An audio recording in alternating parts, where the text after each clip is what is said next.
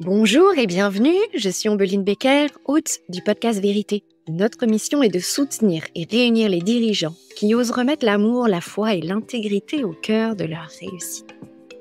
Je suis très heureuse de vous accueillir pour une nouvelle mini-série sur cette permission de réussir.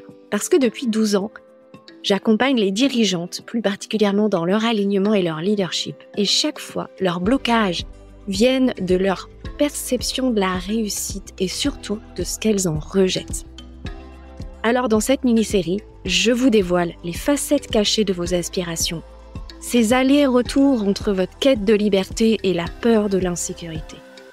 Nous aborderons ensemble comment votre relation à l'argent peut vous restreindre autant que vous élever, comment en tant que femme, trouver cette sécurité et cette confiance nécessaires pour incarner pleinement votre message. Comment élever votre leadership, votre vision, vos résultats.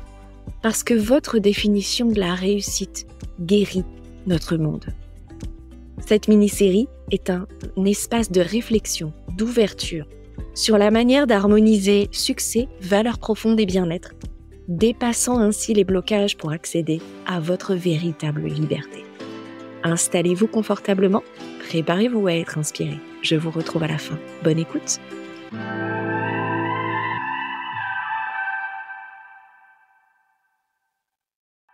Et bonjour, je suis vraiment heureuse de vous retrouver pour une nouvelle mini-série autour de la notion de réussite et de la permission de réussir. Vous allez découvrir dans cette mini-série que la réussite ne dépend que de la définition que vous lui donnez. Et je sais déjà que votre définition de la réussite est au service de vos valeurs et de vos profondes aspirations. Alors cette mini-série a vocation de vous aider à révéler encore plus ces aspirations et à vous donner des clés concrètes et des stratégies pour les manifester et réaliser dans la matière. Je suis Ombeline Becker, hôte du podcast Vérité.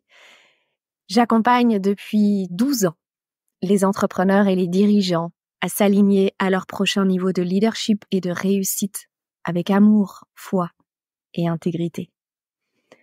Pour ce premier épisode, nous allons aborder la notion d'argent et de paix. Pourquoi avoir choisi ce thème ? Eh bien, la notion d'argent, j'imagine que ça ne vous étonne pas.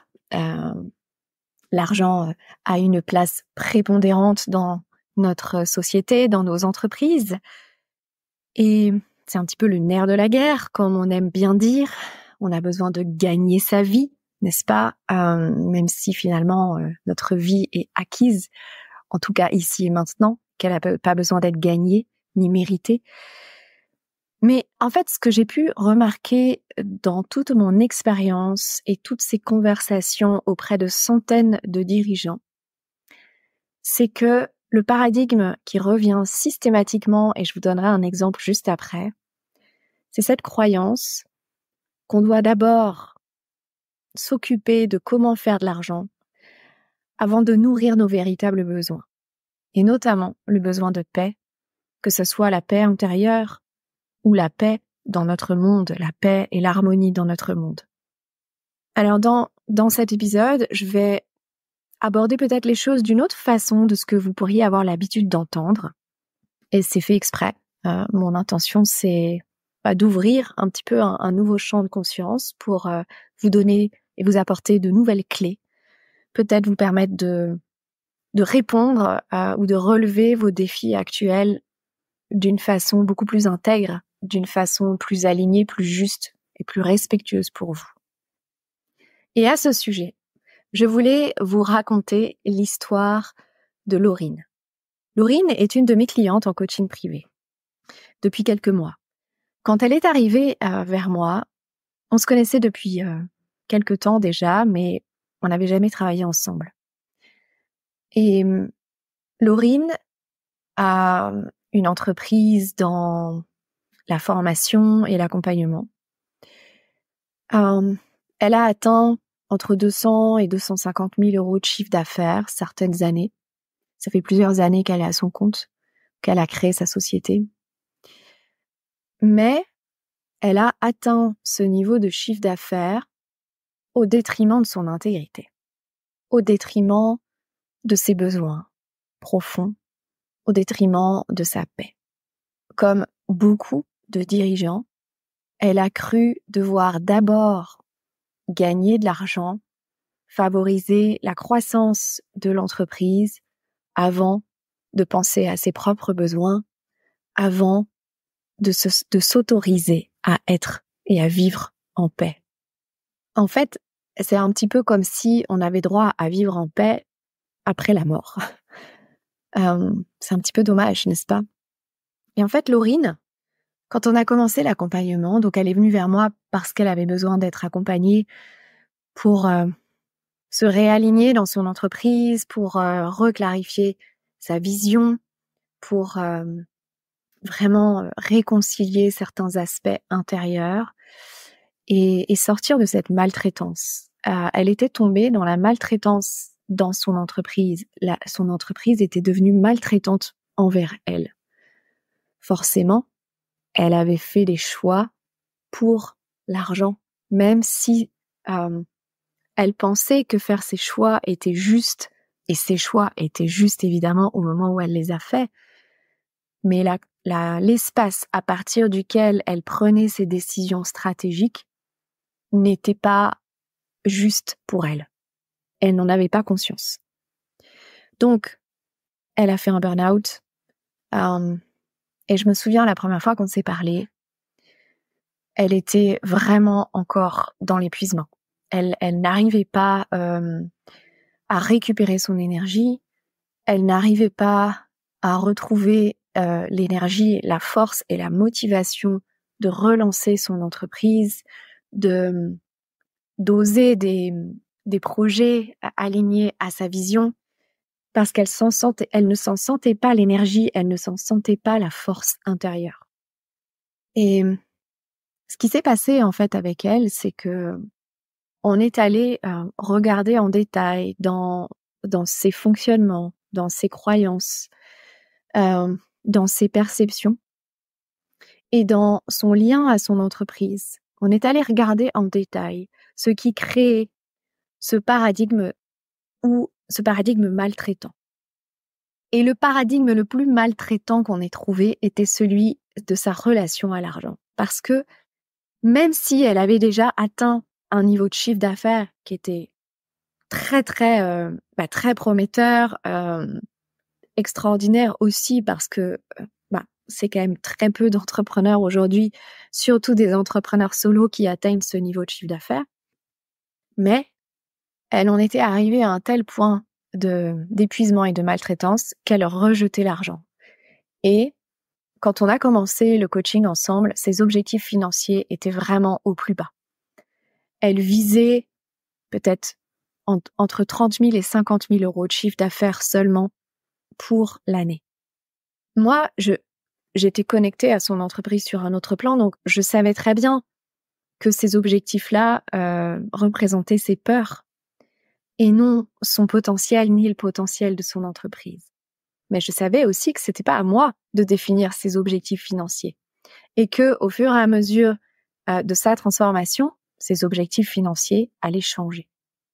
Et aujourd'hui, c'est incroyable parce que au bout de 3 séances, ses objectifs financiers sont passés de 50 000 à 2 millions.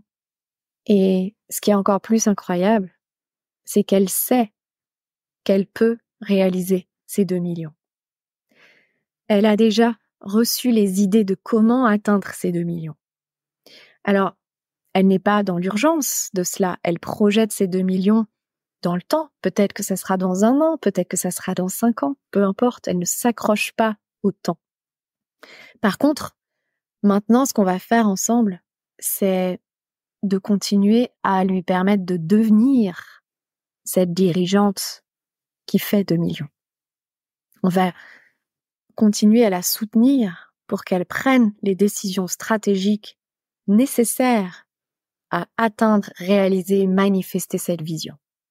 Alors si je vous parle de l'histoire de Laurine, eh bien c'est parce que peut-être que vous aussi, vous avez tendance à viser petit, à minimiser vos objectifs financiers ou ceux de l'entreprise, parce que vous avez peur du prix à payer, parce que vous avez peur de ce que ça peut vous coûter, notamment en termes d'énergie ou en termes de votre paix. Vous avez l'impression de devoir choisir entre votre paix intérieure et la croissance et l'expansion financière de votre entreprise.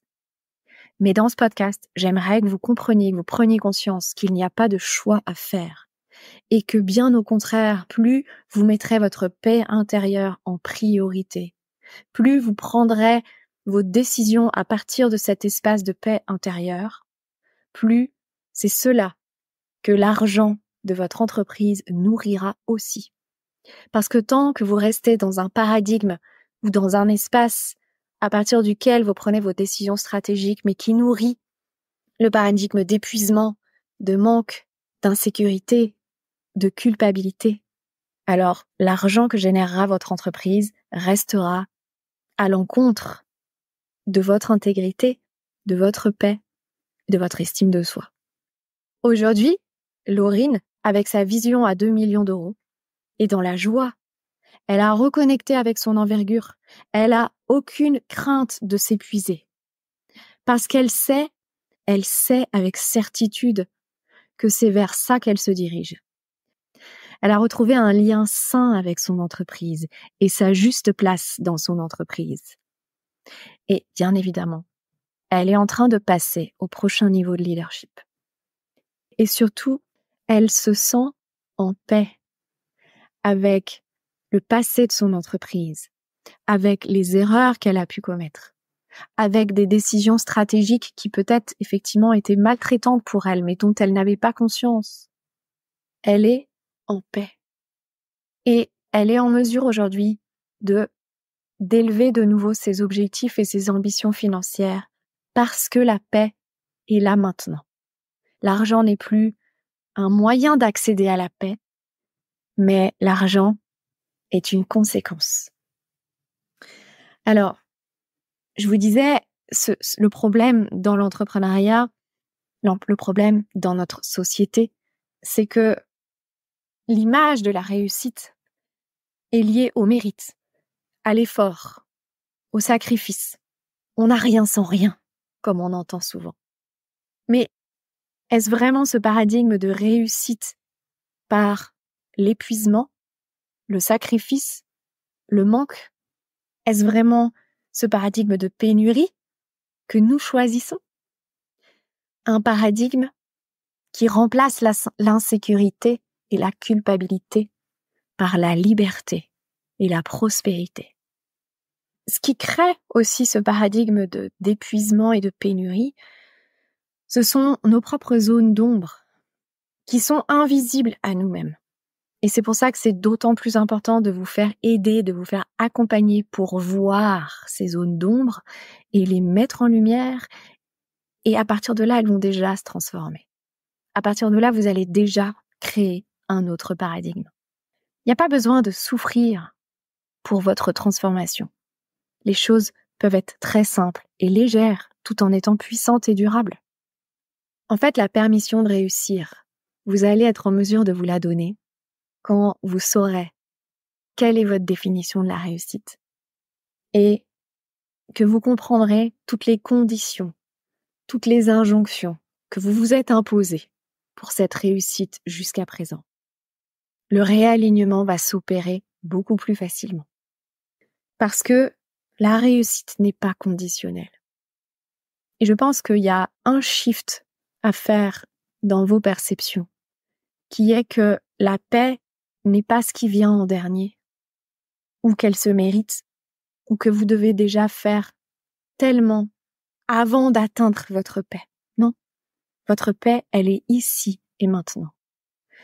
Si vous fermiez les yeux juste maintenant, que vous preniez quelques respirations et que vous connectiez à cet espace de paix en vous, dans votre corps, que vous preniez juste un instant pour peut-être créer un peu plus d'espace à cet endroit, que vous preniez un instant pour respirer dans cet espace, pour le laisser évoluer comme il aimerait, vous seriez probablement en mesure de percevoir toutes les situations actuelles d'une autre façon, d'un autre point de vue.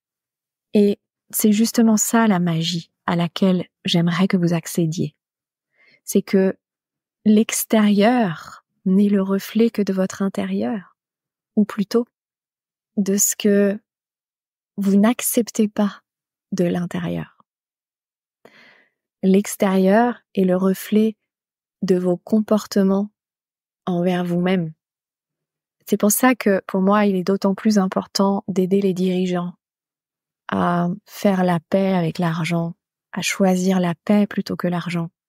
Ça ne veut pas dire que on rejette l'argent, ça veut dire que l'intention est différente. Ça veut dire que l'argent se crée à partir de la paix. Votre paix, elle est ici et maintenant. Vous avez besoin de créer l'espace en vous avant qu'il se manifeste. Avant qu'il se manifeste à l'extérieur. Vous pouvez alors changer votre regard, voir les opportunités et les saisir, avoir de nouvelles idées, rencontrer de nouvelles personnes. Les choses bougent automatiquement à l'extérieur de vous. Parce que vous avez changé l'intérieur. Et parce que vous avez changé votre focus dans votre mindset, dans vos pensées les plus fréquentes. Ça a un impact sur vos émotions. Ça a un impact sur la vibration que vous envoyez à l'univers. Et donc, par résonance, vous changez ce avec quoi vos pensées sont en résonance. Et donc, vous changez ce qui vient à vous. Osez agir à partir d'un espace de paix, de plein, de complétude, plutôt que de manque et d'insécurité. C'est ça qui va tout changer, aussi bien dans votre vie que dans votre entreprise. Et pour cela, vous avez aussi besoin peut-être de passer au prochain niveau de conscience dans votre relation à l'argent. Parce que l'argent est un outil de transformation et d'élévation extraordinaire. Pour vous aider en fait un peu plus concrètement, j'aimerais vous proposer différentes pistes et puis vous choisirez ce qui vous attire ou ce qui vibre pour vous. C'est un petit peu un diagnostic que je vous propose pour voir où est-ce que vous en êtes à choisir la paix et à faire la paix avec l'argent. Donc, première question. Comment savez-vous que vous êtes en paix? Vous pouvez mettre sur pause cet épisode et prendre des notes sur peut-être les critères que vous avez besoin de cocher pour dire que vous êtes en paix ou que vous vous sentez en paix. Qu'est-ce qui vous coûte votre paix intérieure? Quels sont les boutons intérieurs qui impactent votre paix? Donc, qu'est-ce qui vous coûte ou qui vous coûte votre paix? Qu'est-ce qui vous épuise? Prenez cette habitude d'aller mettre en conscience les boutons déclencheurs en vous. Et là, ce sont vraiment des pistes pour votre transformation. Ensuite, deuxième partie du diagnostic, vous avez besoin de mettre en conscience vos besoins. Quels sont vos besoins? Vous avez déjà répondu à ça avec la première question sur votre paix. Avec vos critères qui ont besoin d'être cochés pour être en paix, vous avez déjà des indices sur vos besoins. Et dans ces besoins, vous avez ceux qui sont prioritaires aujourd'hui parce qu'ils sont menacés quelque part. Donc c'est à vous d'en reprendre la responsabilité et de faire les ajustements nécessaires. Troisième partie de ce diagnostic, ça va être d'identifier toutes les croyances à propos de l'argent et de la paix.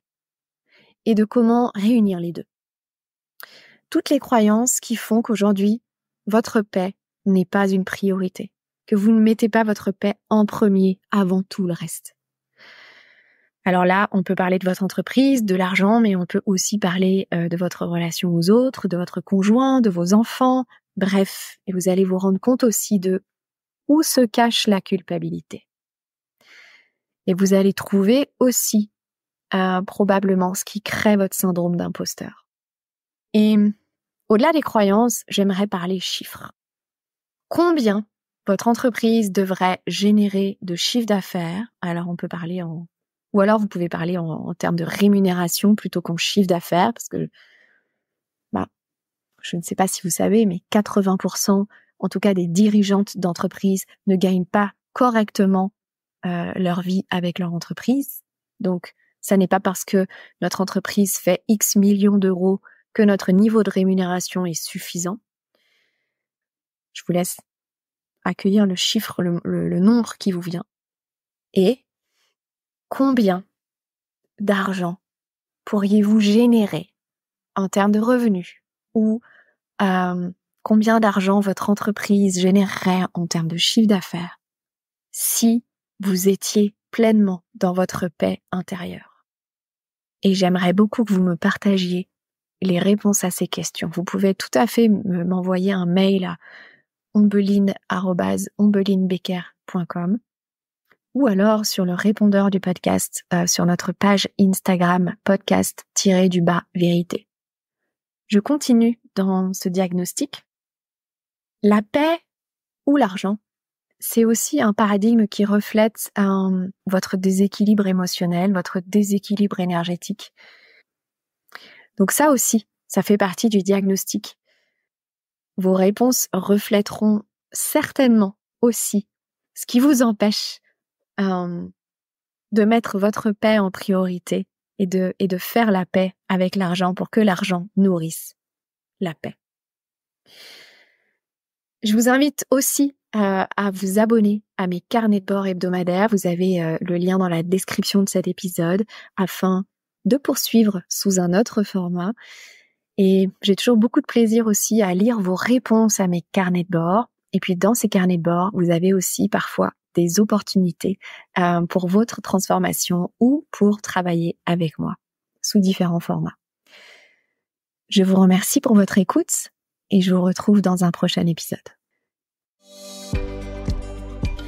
J'espère que cet épisode vous a inspiré. Et si vous êtes prête à aller plus loin, à vivre une expérience live, rejoignez-nous du 20 au 22 mars pour l'événement Expansion Live, où nous serons en direct chaque jour de 10h à midi. L'intention de cet événement est de réunir des femmes leaders, entrepreneurs, dirigeantes, prêtes à créer un espace sécure et inspirant pour leur prochain niveau d'expansion. Le lien d'inscription est dans la description de cet épisode